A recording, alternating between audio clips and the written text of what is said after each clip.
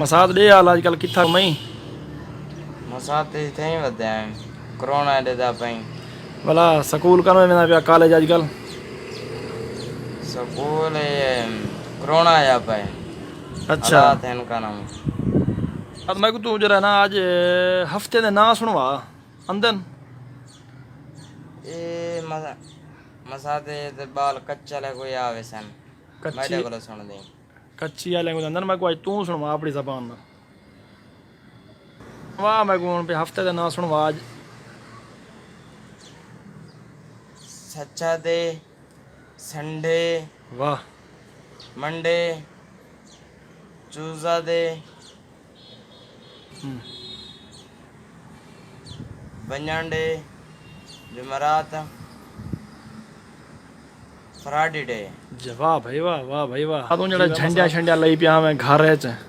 कपड़े शपड़े पई बता मैं बाबा गल है चादर तारे बने खड़े आन खैर ये बात ये केड़ी खुशी मनाई बता मैं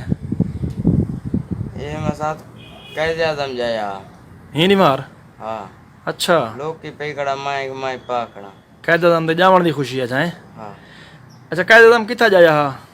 कैसे आदम अपने घर जाया या कितना जाया अच्छा भला खुश आ तुसा क्यों मनान सारे मना खड़ा वो मना ही खड़ा ऐसे मना खड़ा वाह भाई वाह वाह भाई वाह वाह भाई वाह मसाद अच्छा मसाद ये तेरी तालीम तो बहुत ज़्यादा है बंदे पूछी पान मेरे को पिछली वीडियो तरह ये दसा मसाद पेट्रोल के बढ़ते मतलब पेट्रोल ही ना बनते भिंडी दे बीज दा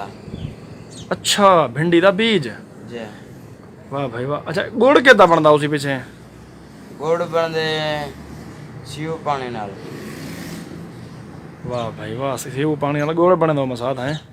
वाह भाई वाह मसाद अच्छा मसाद ये दसा पानी का फार्मूला क्या है T2T वाह भाई वाह वाह भाई वाह अच्छा मसाद ये जेरे बंदे तेरी वीडियो देखते पन हुन इन्हें को तू क्या आखना चाहनी कुछ शेयर करें लाइक ही करें वाह भाई वाह अपने दोस्तों को आता भाई दोस्तों वाह भाई वाह ठीक